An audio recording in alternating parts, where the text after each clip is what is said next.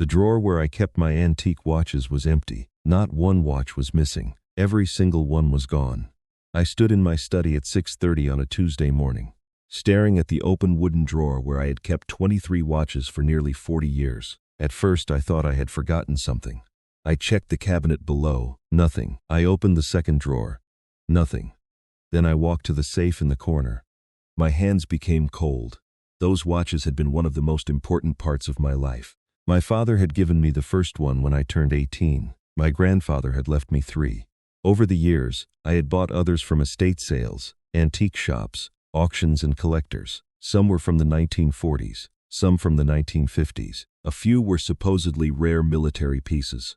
I had never thought of them simply as expensive objects. Each one had a story. That was why I kept them. And now they were gone. I checked the locks. The study door had been locked the previous evening. The safe had been locked. Nothing had been forced. Someone with a key had taken them, or someone who knew the combination. There was only one person in my family who had both. My son, Daniel. I stood very still. Then I remembered something from the previous Friday. Daniel had called me. "Dad, are you ever going to do anything with those watches?" "What do you mean?" "You've got 20-something watches sitting in a safe. They're collectibles. Are they worth anything?" I laughed. "Some of them." "How much?" "I've never totaled them." He had been quiet for a moment. Then he said, "You should probably have them appraised." "I've had some looked at." "Recently?" "No. I know someone who buys vintage watches." I remember telling him, "I don't want to sell them." He had laughed. "I'm just asking." I thought nothing of it until that morning I called him. He answered after 4 rings. "Dad, where are the watches?" Silence. Not confusion. Not surprise to then. "What watches?" I closed my eyes. "My collection." Another pause. "I don't know what you're talking about." "Daniel." "What?" "You know exactly what I'm talking about." His voice became defensive. "Why are you accusing me of something?" "Because the safe is empty." He didn't answer. I stared at the clock. Then he said, "Dad, maybe you moved them." I didn't. "You've been forgetting things lately." That sentence stopped me. "I've been forgetting things." "I'm just saying." I felt my jaw tighten. "Did you take them?" "No." "Did you sell them?" "No." "Then where are they?" "I don't know." He hung up. I stood alone in the study, and that was when I noticed something else. The framed photograph on my desk had been moved. It showed my father wearing the first watch he had ever given me. Someone had picked it up recently. I knew because the dust underneath had been disturbed. I walked closer. Then I noticed a small piece of paper beneath the frame, a receipt from an antique dealer in the city. 23 vintage watches. Sold. The total amount was written at the bottom, $148,700. I sat down. My son had stolen my watches, and he had apparently sold my entire collection. What Daniel didn't know was that the watches weren't what he thought they were. Not one of them was genuine. And if he had sold them as authentic, he had just created a problem much bigger than anything I had imagined. My name is Richard Mason. I was 70 when my son sold my collection. I had spent most of my life working in industrial maintenance. I wasn't a watch expert. That part matters. I knew watches. I loved watches. But I wasn't someone who could look at a vintage movement under a magnifying glass and tell you exactly what factory produced it. My father was the expert. He had collected watches for decades. He would spend weekends at estate auctions, flea markets, and old jewelry shops. He taught me how to wind mechanical watches. He taught me how to listen to a movement.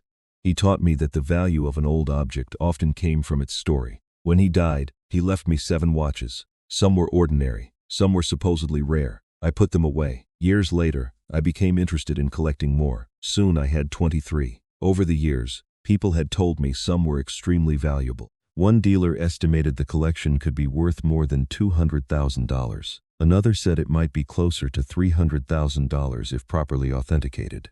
I never cared enough to verify every piece. That was important, because I trusted the history, and because I trusted my father. That changed the day I found the empty safe. After I discovered the receipt, I called the antique dealer. "Mr. Mason?" "Yes, this is Helen. You bought a collection from my son." Silence. "I didn't know you were his father." "Where are the watches?" "I can't discuss a customer's transaction. He stole them from me."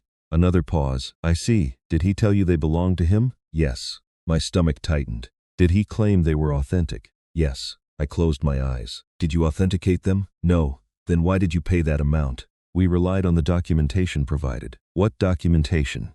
She hesitated. "Ownership records, appraisal certificates." Previous sales documents, I frowned. My son had those? Yes.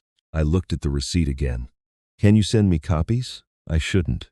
I understand. Then she said, but if you're claiming the transaction involved stolen property, I recommend you speak with your attorney immediately. She was right. I hung up. Then I sat at my desk. I stared at the receipt, $148,000 and $700. My son had turned something that wasn't his into almost $150,000. And suddenly the empty safe wasn't the biggest problem. The biggest problem was the paperwork, because whoever sold those watches had convinced a dealer that they were genuine. That meant someone had gone through a lot of trouble, and I had a feeling Daniel hadn't done it alone. I called Daniel again. This time, I didn't accuse him. Dan. What? I found a receipt. He went silent. For 23 watches, still silent. Sold for $148,700. He finally spoke. Dad, I can explain. I leaned back. Good. It isn't what you think. Then tell me what it is. They weren't doing anything for you sitting in that safe. I stared at the wall. They were mine. I know. Then why did you take them? I borrowed them. You sold them. I was going to buy them back. With what? Money from a business deal. There it was. The business deal. Daniel had been talking about a new investment for months. A restaurant franchise. He said he needed capital. I had refused to give him money. Perhaps that explained the timing. What business deal? He hesitated. It's complicated. No. I kept my voice calm. It isn't. He became defensive. You don't understand how business works. I almost laughed. I ran a company for 35 years. I know. Then start talking. He sighed. The restaurant deal was closing, and I needed a bridge. So you sold my watches. I was going to replace them. You didn't borrow them. I said I was going to fix it. I closed my eyes. Who helped you? What? You didn't know the value of the collection. I knew enough. No. I looked at the receipt. You didn't know enough to sell 23 antique watches for exactly what the dealer believed they were worth. Silence. That silence told me more than his words. I asked, who authenticated them? He didn't answer. Daniel, I have to go. He hung up. I sat there for a long time. Then I picked up the phone and called my attorney. When he answered, I said I need help finding out who helped my son sell my watches. He became serious immediately. Were they insured? Yes. Good. Why? Because this may not only be theft. He paused. If someone knowingly sold counterfeit antiques as genuine, there could be fraud involved. I looked toward the empty safe. That's not possible. Why? Because there is something you don't know? What? I took a breath. The watches were never authentic. There was silence. Then he asked, how certain are you? I looked at the photograph of my father. I'm certain. My father had a strange habit. He never trusted expensive things. He distrusted luxury cars. He thought expensive restaurants were a waste. And he especially distrusted antique dealers. When I was 24, he taught me why. One Saturday afternoon, he took me into his workshop. He placed 3 watches on the table. They're fake. I laughed. They look real. He smiled. That's why they're useful. What do you mean? He opened the back of one. Inside was a modern movement. Nothing remotely old. He opened another, same thing. Then the third, another fake. I looked at him. Why do you own them? Because fake things can teach you how real things work. He spent the afternoon explaining how counterfeiters copied movements, cases, engravings, serial numbers, and even old paperwork. Then he told me something I never forgot. Never trust a story written on paper. Why? Because paper can be copied. What can't? He tapped the movement, construction. That lesson stayed with me. Years later, after he died, I opened the boxes of watches he had left me. They were supposedly valuable, but I remembered his lesson. So I sent them to an expert without telling anyone. The expert confirmed what my father had already known. Every single one was a counterfeit, not cheap fakes, good ones. Some were so convincing that only a specialist could identify them. I asked what they were worth. He laughed. As collectibles? Maybe a few $100s each. I asked if I should sell them. He shook his head. Keep them. Why? Because they're educational. I kept them, and I never told anyone they were fake. Not even Daniel. That was intentional, because my son had become obsessed with the idea of quick money. I didn't want him to know I owned anything worthless. I wanted him to believe the collection was valuable, not because I planned to trick him, because I wanted to see whether he respected things that belonged to someone else. For years he never touched them. Until now, the morning after he sold them, he believed he had stolen nearly $150,000 worth of valuable watches. He didn't know he had sold a collection of replicas, and he certainly didn't know that I had already documented every single piece before it left my house. I had photographs, searchable numbers, expert reports, dates, everything. Now I understood something else. Daniel hadn't stolen my wealth. He had stolen evidence. And if he had used false documentation to sell counterfeit watches, I needed to know who had prepared it. My lawyer contacted the antique dealer. She agreed to cooperate once she understood the ownership dispute. She provided copies of everything Daniel had submitted. The ownership documents, the appraisal certificates, the previous sale records, the photographs. I spread them across my dining table. Something immediately stood out. The handwriting on several of the documents wasn't Daniel's. Neither were the signatures. I looked at my lawyer. This isn't my son's work. No. Then whose? He pointed to the appraisal company. The certificates were issued by a company in New Jersey. I recognized the name. It belonged to a man named Victor Hale, a former collector, a dealer, and according to a quick search, someone who had been involved in several disputes over counterfeit antiques. My stomach tightened. Daniel knows him. How? He mentioned him once. My lawyer looked at me. When? 2 years ago. What did he say? That Victor had contacts in the collectibles market. We looked at each other. Then my phone rang. It was Daniel. I answered. Dad, yes, I know you found out. What did I find out? The watches. I said nothing. He continued. I'll pay you back. For what? The collection. I leaned back. You mean the $148,700? Yes. I almost smiled. You're going to pay me a $148,700, eventually. From the restaurant deal? Yes. I looked at the reports scattered across the table. Daniel, I need you to answer one question. What? Who is Victor Hale? Silence longer than before then. I don't know anyone by that name. I smiled. You're a terrible liar. He hung up, and that was when I knew. The person who had helped my son sell my watches wasn't going to disappear quietly, because I had just said his name, and Daniel was terrified that I knew it. I spent that evening thinking about what to do. I could report Daniel immediately. The watches were mine. The sale had happened without my permission. The dealer had paid nearly $150,000. There were potentially false documents. It was serious.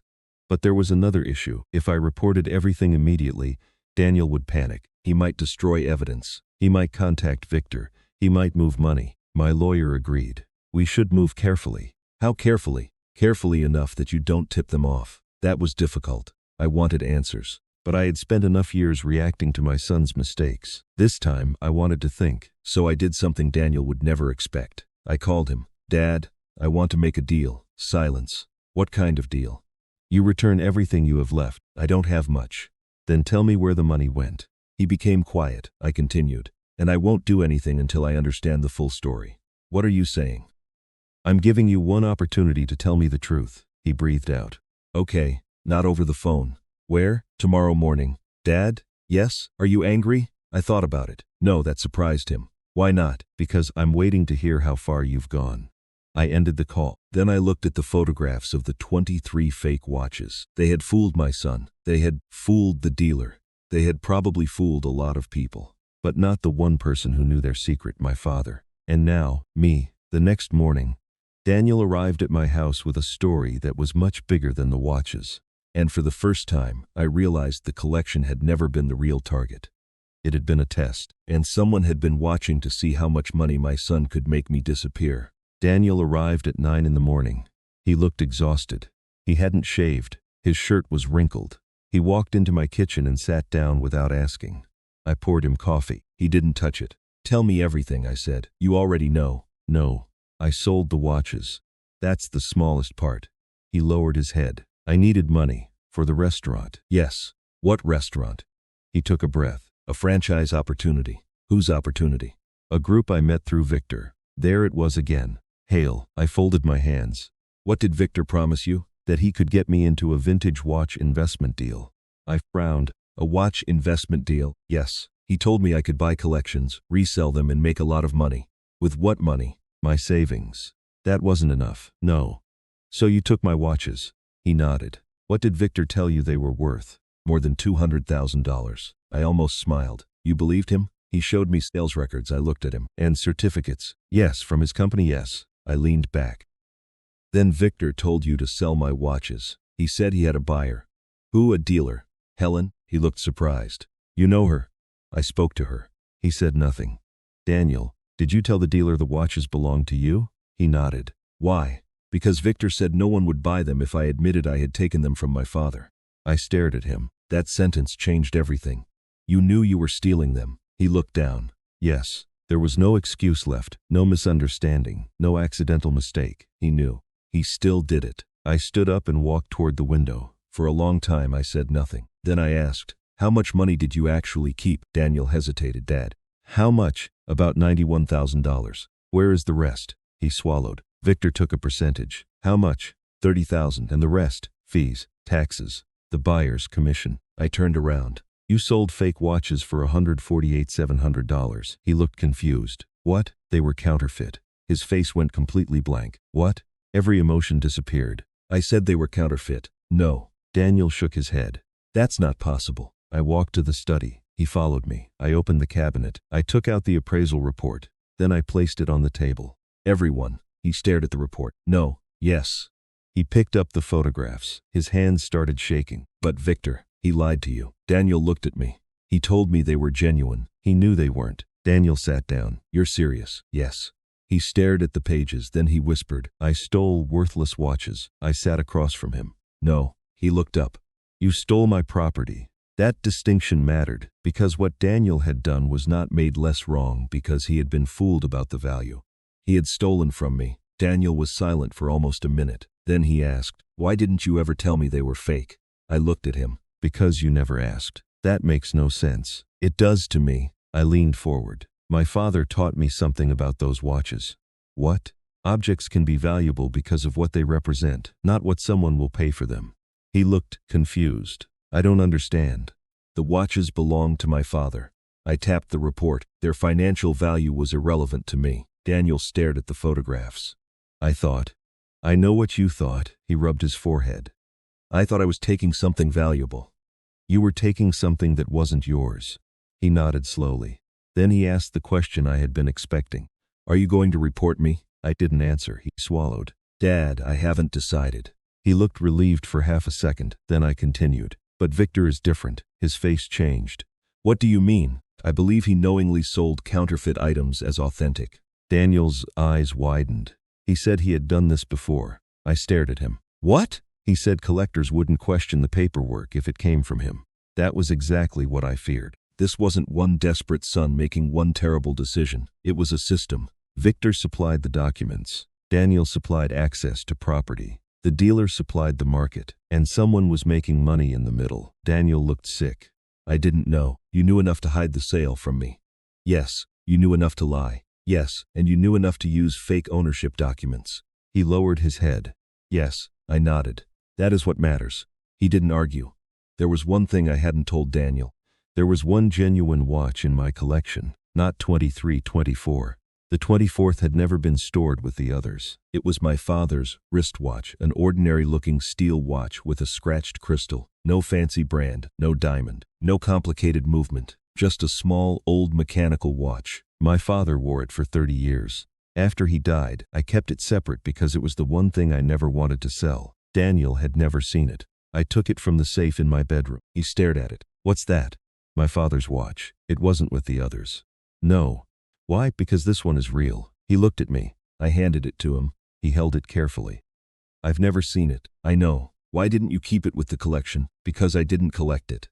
I looked at him. I inherited it. He turned it over. There was a tiny scratch on the back. My father's initials. JM. Daniel stared at them.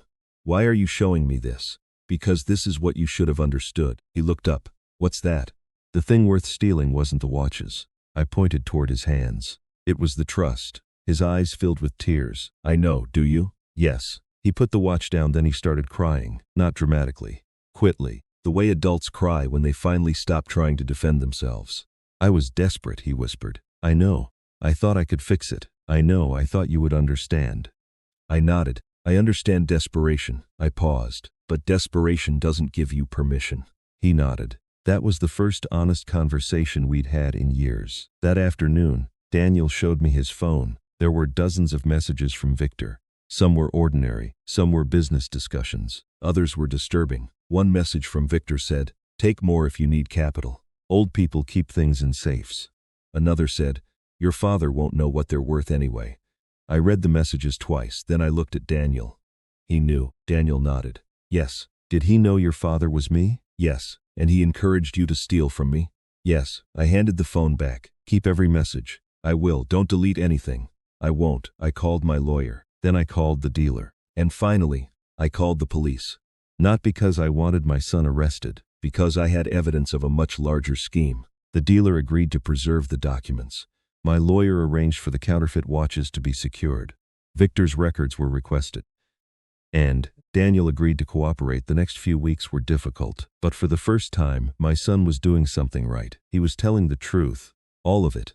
The investigation revealed that Victor had been selling counterfeit collectibles for years. Watches, coins, jewelry, military memorabilia. He used genuine photographs from old auctions. He copied serial numbers. He created appraisal documents. Then he recruited people who could access family collections. Some were desperate. Some were greedy. Some believed the objects were genuine. And some knew exactly what they were doing. Daniel had been somewhere in the middle. He knew he was stealing. He didn't know he was helping a counterfeit operation.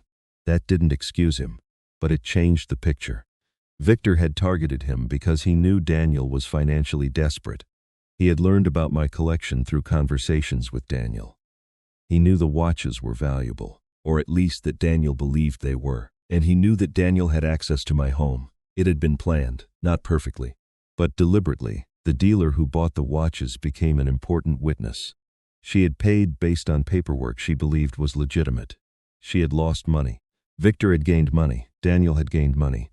And I had lost something else: trust. The court proceedings took months. Victor eventually faced serious charges. Daniel wasn't treated as innocent. He cooperated, returned what money remained, and accepted responsibility for his part. The consequences were painful. He lost his business. He sold his house. He had to repay debts.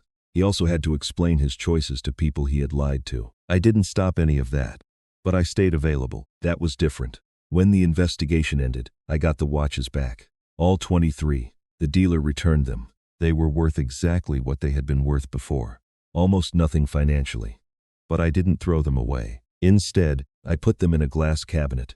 I had small cards made for each one, not listing supposed brand names, not listing market values, just their histories, where they had been purchased, who had owned them, what mistakes had been discovered.